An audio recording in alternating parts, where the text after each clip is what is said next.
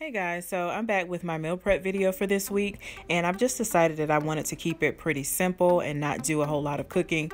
So I just decided to have some chicken salad lettuce wraps as well as some turkey taco lettuce wraps, and I'm also still going to be making my egg frittatas that I like to do.